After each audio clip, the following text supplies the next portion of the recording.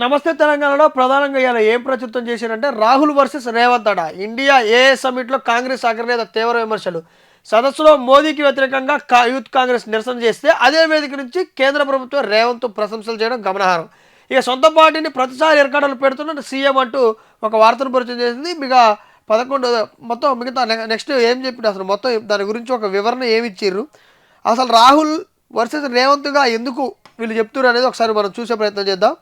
ఏదైతే వ్యతిరేకిస్తుండో సమ్మిట్ని, ఆ సమ్మిట్కి యూత్ కాంగ్రెస్ నిరసనలే చేసిన డైరెక్ట్గా యూత్ కాంగ్రెస్ సమ్మిట్లు నిరసన చేస్తే అదే సమ్మిట్ నుంచి రాహుల్ గాంధీ మన సీఎం రేవంత్ ప్రశంసలు కురిపించిండు. ఆయన ప్రసంగిస్తూ ఇది ఒక అద్భుతమైన సమ్మిట్ గాను ఆయన వివరించడం జరిగింది. దానికి వీళ్ళు లింకు పెడుతూ అంటే ఇటు రాహుల్ విమర్శిస్తుంటే కాంగ్రెస్ అధినేత అయినట్టు రాహుల్ ఒక పక్క విమర్శలు చేస్తుంటే ఇటు సీఎం రేవంత్ అదే కాంగ్రెస్ పార్టీ సంబంధించిన సీఎం రేవంత్ మాత్రం ప్రశంసలు ప్రశంసించడం ఒక వర్సెస్గా అంటే రాహుల్ వర్సెస్గా రేవంత్గా వాళ్ళు ప్రచురించడం జరిగింది.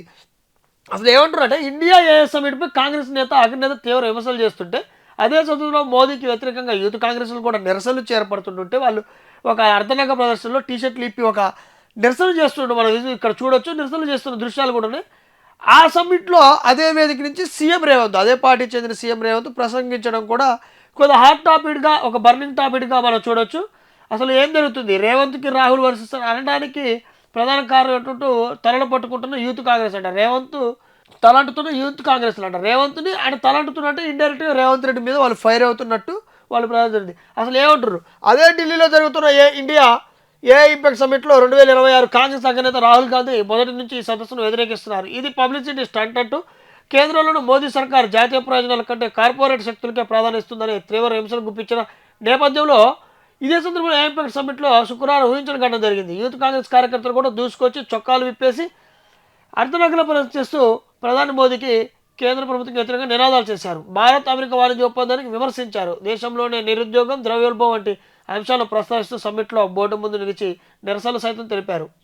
ఇక పీఎం ఈజ్ కాంప్రమైజ్డ్ అన్న నినాదంతో హోరెత్తించారు. ఆ సభని హోరెత్తించారు. భద్రతా సిబ్బంది వెంటనే అక్కడ చేరుకొని ఆందోళనకారులను బలవంతంగా ఆందోళనకారులను బయటికి పంపించారు. సీఎం రేవంత్ రెడ్డి శుక్రవారం ఇదే సమ్మిట్లో పాల్గొన్నారు. కేంద్ర ప్రభుత్వ నిర్ణయాలు అద్భుతం బ్రహ్మాండం అని కొనియాడారు. ప్రపంచవ్యాప్తంగా ఏ పరిణామాలు పరీక్షించి కేంద్ర రాష్ట్ర సమన్వయంతో జాతీయ ఏ వారం ఏర్పాటు చేయాలని ఆయన సూచించడం కూడా జరిగింది. ప్రతిపాదించారు. కేంద్రం అనుమతిస్తే ఇదే హైదరాబాద్ వార్ రూమ్లో తెలంగాణకు సర్వం సిద్ధం చేస్తానంటూ ఆయన వ్యాఖ్యలు చేయడం జరిగింది.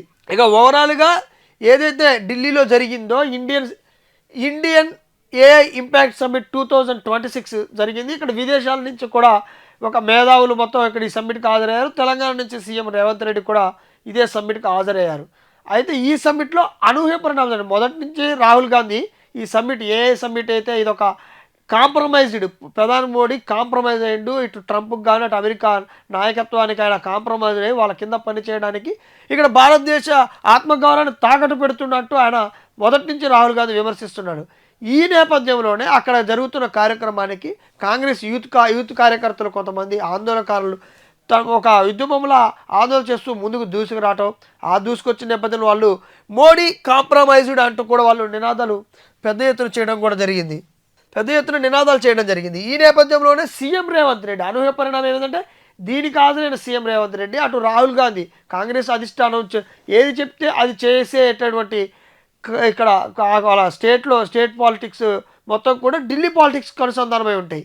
అక్కడ సీఎం రేవంత్ రెడ్డి అయినా లేకపోతే ఇంకో కర్ణాటకలో కాంగ్రెస్ సీఎం అయినా కానీ ఎవరైనా కానీ మొత్తం ఢిల్లీలోని అధిష్టానానికి మేరకు నడుచుకుంటూ ఉండాలి. ఎందుకంటే ఇది సాధారణ ప్రాంతీయ పార్టీ కాదు. ఇక్కడ మొత్తం కూడా అధిష్టానం కేంద్రంలో ఉన్నటువంటి సెంట్రల్లో ఉన్నటువంటి వాళ్ళ యొక్క పార్టీ అధినేతలు చెప్పినట్టు అటు మల్లికార్జున ఖర్గే కానీ ఇటు రాహుల్ గాంధీ కానీ వాళ్ళ ప్రధాన అభ్యర్థి రాహుల్ గాంధీ కానీ చెప్పినట్టు చేస్తూ ఉండాలి.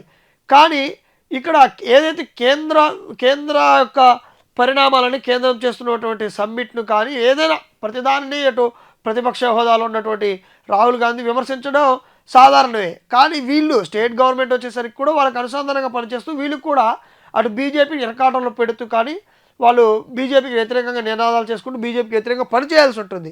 కానీ ఇందుకు విరుద్ధంగా సీఎం రేవంత్ రెడ్డి వ్యవహరించడం జరుగుతుంది. గతంలో కూడా సీఎం రేవంత్ రెడ్డి బడాభాయ్ మోదీ అంటూ గతంలో కూడా ఆయన చేయడంతో తీవ్ర విమర్శలు వచ్చినాయి. ఈ నేపథ్యంలోనే ఆ విమర్శల తర్వాత కొన్ని రోజులు సర్దుమణిన తర్వాత మళ్ళీ ఇప్పుడు చూసుకుంటే మళ్ళీ ద్వంద్వ వైఖరి కనబడుతుంది. ఇటు రాష్ట్రంలో సీఎం రేవంత్ రెడ్డి బీజేపీ మళ్ళీ పొగుడుతున్నాడు. సీఎం పొగుడుతూ ఏఏ సమ్మిట్ చాలా అద్భుతమని బ్రహ్మాండమని కొనియాడడం జరిగింది. దానితో పాటు కూడా అవకాశం ఇస్తే పవర్ హౌస్ని హైదరాబాద్లో ఏర్పాటు చేస్తూ అంటూ ఒక కీలకమైన వ్యాఖ్యలు చేశాడు. దీనికి కేంద్రంగా వార్ రూమ్ ఏర్పాటు చేయాలని ఏఏ సమ్మిట్కు హైదరాబాదే ఒక ప్రాతినిధ్యం వహిస్తుందంటూ కూడా ఆయన సంచలన వ్యాఖ్యలు చేశాడు. ఆయనకు అవకాశం ఇవ్వాలని కూడా వాళ్ళకి అటు కేంద్రానికి విజ్ఞప్తి చేసినట్టు తెలుస్తుంది. ఈ నేపథ్యంలోనే వాళ్ళకి ఒక అటు సీఎం వ్యతిరేకిస్తున్న నేపథ్యంలో రాహుల్ గాంధీ వ్యతిరేకిస్తున్న నేపథ్యంలో ఇటు సీఎం తెలంగాణ సీఎం రేవంత్ రెడ్డి కాంగ్రెస్ అధిష్టాన్ని ధిక్కరించిండా అంటూ కూడా ప్రచురితం చేయడం జరుగుతుంది. అసలు ఏం జరుగుతుంది ఇటు అంటే రాహుల్ గాంధీ చెప్పిన మాటలు ఇటు రేవంత్ రెడ్డి వినడం లేదా, లేకపోతే వాళ్ళిద్దరికి పొసుకోవడం లేదా, లేకపోతే కేంద్రంలో ఉంది కాబట్టి కేంద్ర ప్రభుత్వానికి అనుకూలంగా మాట్లాడి నిధులను సేకరించే దిశగా రేవంత్ రెడ్డి తన వ్యూహాల్లో పడుతున్నాడు అనేది తెలియాల్సి ఉంది. ఏది జరిగినప్పటికీ ఫ్యూచర్ మొత్తం గ్లోబల్ సమ్మిట్ ఏఏ సమ్మిట్ దూసుకుపోతే ఒకవేళ ఏఏ సమ్మిట్ మొత్తం అవుతుంది కాబట్టి ఏది ఒకవేళ వార్ రూమ్ చేస్తే హైదరాబాద్కి అవకాశం ఇస్తే హైదరాబాద్లో వార్ రూమ్ ఏర్పాటు చేయాలన్న రేవంత్ నిర్ణయం మరి ఎలాంటి పరిణామాలని తీసుకుంటుంది, లేకపోతే కాంగ్రెస్ అధిష్టానం రేవంత్ రెడ్డికి ఏమన్నా నిబంధనలు పెడుతూ దాన్ని కంట్రోల్ చేసే విధానంగా మనం ముందుకు పోతుందో చూడాలి. అసలు ఏం జరుగుతుంది కాంగ్రెస్లో ఏం జరుగుతుంది అనేది ఇక్కడ నిజంగానే కాంగ్రెస్కి అటు రాహుల్కి ఇటు రేవంత్ రెడ్డికి పడటం లేదా, లేకపోతే ఈ కేంద్ర ప్రభుత్వ అధికారులు ఉంది కాబట్టి, లేకపోతే ఇది ఫ్యూచర్ గురించి ఆలోచించు ఫ్యూచర్ గురించి రేవంత్ రెడ్డి అడుగులు వేస్తున్నది తెలియాల్సి ఉంటుంది.